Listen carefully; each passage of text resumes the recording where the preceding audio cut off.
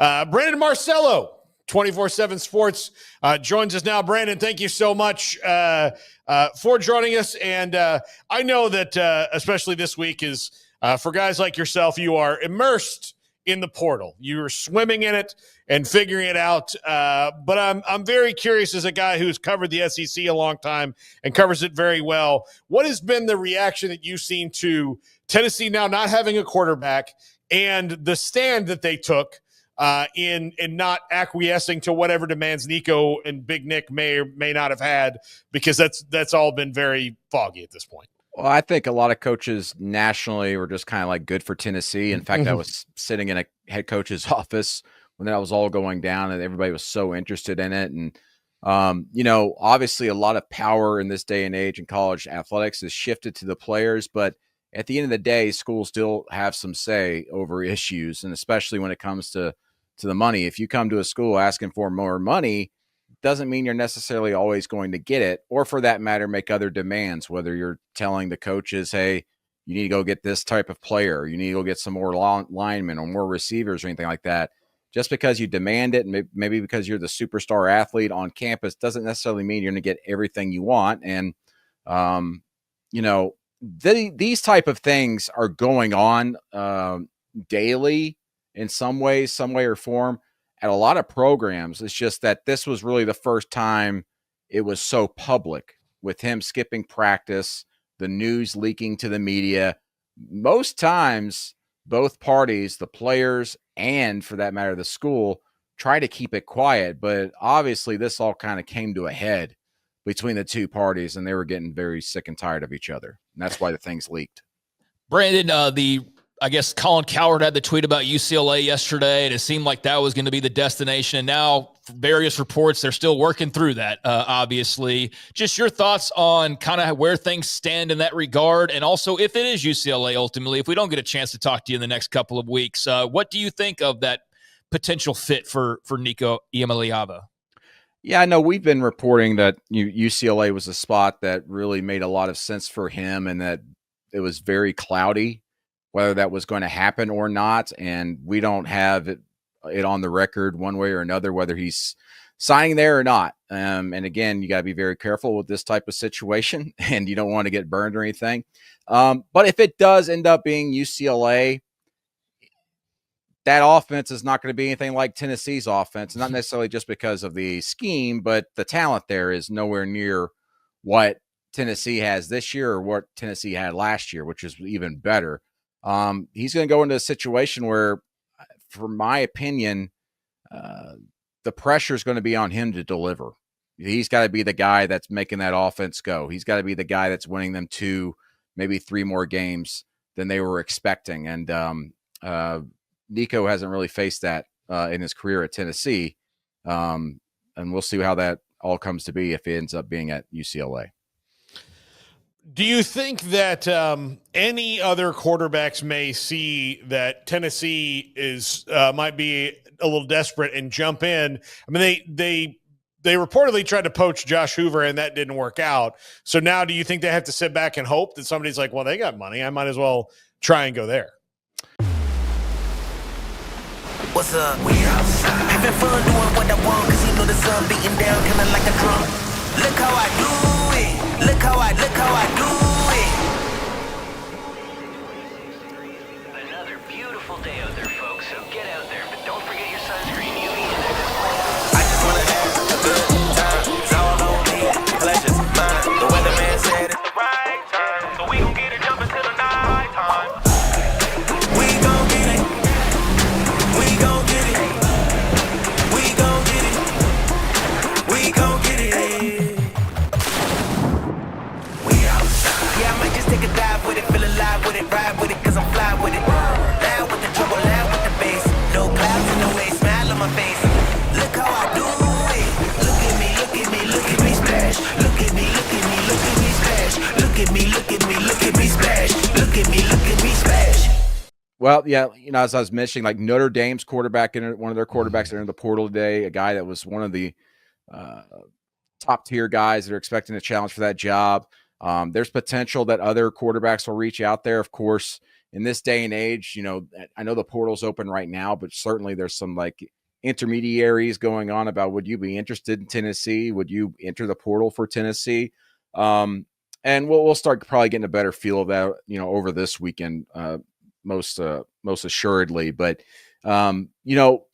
people forget that this spring portal is not when the superstars enter. Superstars and starters enter in the winter portal. Spring portals when backups and also rans and guys who, you see a lot of names right now of guys who left their school, go to another school, and then they go back to their old school because they realized that the grass wasn't greener on the other side.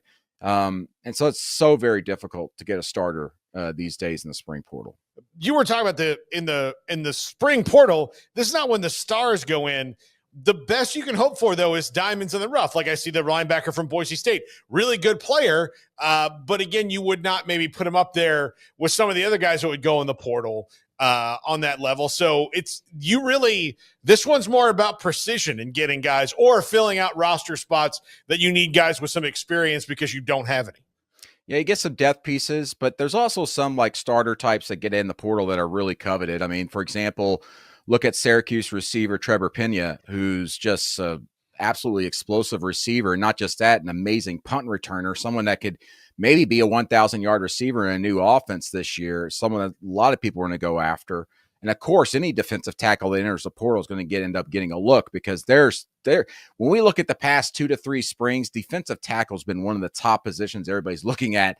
And I'm sure – I don't know, but if I was a defensive tackle out there, I would not enter the winter portal. I would stretch it all the way out to the spring portal, and then you can get some more money potentially by doing so. But to me, this is like the last time in the spring portal where we're going to be talking about, lots of money in NIL, because NIL is about to change starting July 1 if this House settlement gets approved, because NIL will be more marketing opportunities.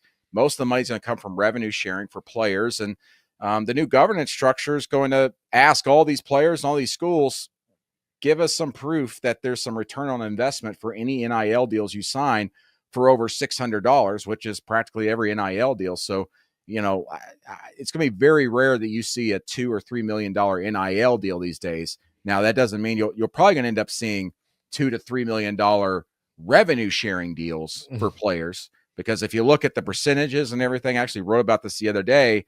If you want to go like the NFL perspective and their formula, you want to go like 20% of your salary cap. Well, 20% of your salary cap in college football, which is probably going to, the total there is probably going to be like a little over $15 million for football specifically.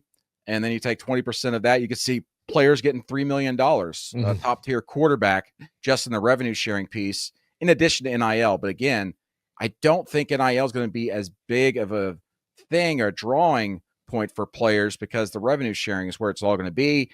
But they're the top tier programs. NIL is still going to be a big thing for them. But the question is just, how do you prove to this new governance structure that these NIL deals are all above board and not just, pay for play? What did you think about Fran Brown's just straight shooting East Coast? I'm not paying $2 million for no wide receiver, talking about Trevor Pena. I mean, we got to see him a little bit here when he was an assistant under Matt Rule. He is a straight shooter. Syracuse seems like a great spot, but what did you think of just being that open and public about a comment like that? Yeah, I mean, a lot more coaches are getting to be that way. And even if they're not doing it on the record in front of a lot of people in a press conference, they're probably doing it off the record with a lot of reporters even so. Listen, I don't think there's one single coach out there that says, man, do I love negotiating with players. Not one does. And that's why a lot of them have general managers now. But at some point, the coaches get dragged into it. That's just how it is. And not a lot of these schools have that type of money, or for that matter, want to spend that type of money on just one single player, not necessarily because they don't have it, but because it provides so much weird drama and in your locker room, because those kids are talking to each other about what they're making all the time, and it can create some dissension. It can create some issues. And we saw that even going into the playoff this past season, some issues in locker rooms because of that type of stuff. So, you're going to see more and more coaches like Fran Brown speak up about it. You had a tweet from a couple of days ago about Baron Morton and Texas Tech, because when Nico became available, there was already like, hey, maybe Texas Tech. They were rumored for Carson Beck a few months ago and shot that down, and he obviously ended up in Miami. But it's well known, and they flaunted it a bit like, hey, we've got some money and we're going to spend it, number one portal class. But if people are talking like, how much are they being used as leverage in some cases this offseason in particular? Yeah, you're exactly right. That's it. Also, I think that maybe a lot of people out there, I can't speak for others, but it seems like anytime someone big enters a portal, it's like, Texas Tech's a possibility. I think that's just because Texas Tech, they see Texas Tech has a lot of money, and maybe they go after a guy that would obviously be worth high dollars. That Texas Tech stuff, was shot down almost immediately when I brought it up to some sources that with Nico Iamaleava. It's like Texas Tech's got their guy in Baron Morton. They're not interested in Nico. They're not interested in bringing that type of situation in their locker room anyway.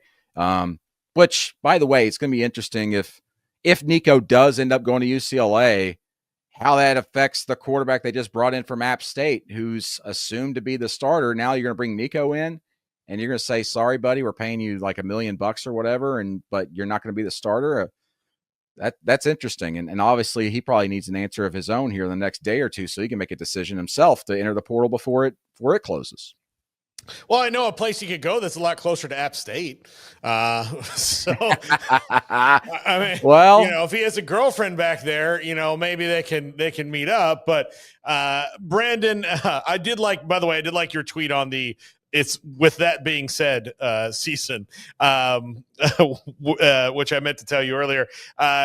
The rule changes specifically to faking injuries. Do you think that will work, or do you think Lane Kiffin and others will find a way around it? We'll see. I'm interested to see what the creativity will be behind trying to get around it. I don't necessarily like it. I think, because I'll say this, the SEC last year, I believe, upped their fines to coaches for those responsible for faking injuries or whatever. And when that kind of came about, like in the middle of the year, it was crazy how little you saw time stoppage for injuries on the field. If you start threatening pocketbooks, things start to get peeled back a little bit. But I don't know about this. I think what we really need, instead of just saying, hey, we'll charge you a timeout, or if you don't have a timeout left, we'll give you a 5-yard penalty. I think, listen, all these officiating crews, they always got more people there on site. Have someone in the box who's looking at everything there and have them make a judgment call going, they're taking too much time to get this guy off the field. I was watching that player on the field, and then he was walking around fine, showed no signs of ailment, and then he kind of sat down on the field. And also maybe do something where you have someone there on the sideline that goes and talks to the team doctors, and you get like, what exactly is the issue here? Can we look at them? Maybe these officiating crews that should bring in their own, team doctors, so to speak, to be kind of looking over the shoulders of the other team doctors. I don't know if this will necessarily slow things down. I think the biggest thing to do would be like some conferences are doing it, and that's financially penalize coaches. And maybe that'll curb some of this. Yeah. It's weird about reviews and all of that. The people that normally do the reviews, I think a lot of fans don't know this, are officials that are off the field now because they're older, because they know all the rules, but that doesn't make them fast at doing it. Part of the thing they need to do is get a little younger at those positions and speed that up, but also like just admit that you have the technology. That's why like the helmet comm thing to me was such a stupid thing, like why they didn't have it, because they're like, oh, we can't afford it. And you're like, yeah, I think you can afford it. Like it's not that expensive anymore, especially with what you make. Just use the technology you have it at your hands better. Like you don't have to expand reviews. You can just have somebody there going, oh, come on, he's fine. It's pretty easy, right? Yeah, I agree. It just always takes a while for college football to kind of catch up with the NFL when it comes to officiating rules, and then also just the technology aspect. Well, first it was the iPads on the sideline, and then obviously the coach comms. But I think at some point, because here's the thing, like offenses aren't necessarily speeding up more. If anything, we're maybe slowing down a little bit. So maybe 5 years from now, this faking injury thing's not really an issue. And at some point, they're probably going to end up tweaking this rule anyway, because there's always that seems to be the thing with college football. You put a rule in, you learn from it in live action, and then you tweak it a year or two later. And I assume that's probably what's going to end up happening with this one. Brandon Marcello, 24/7 Sports. Brandon, appreciate it. Thanks for bearing with us through the glitch, and we'll talk to you again soon. All right, see ya. There we go. One of our favorites, Brandon Marcello. So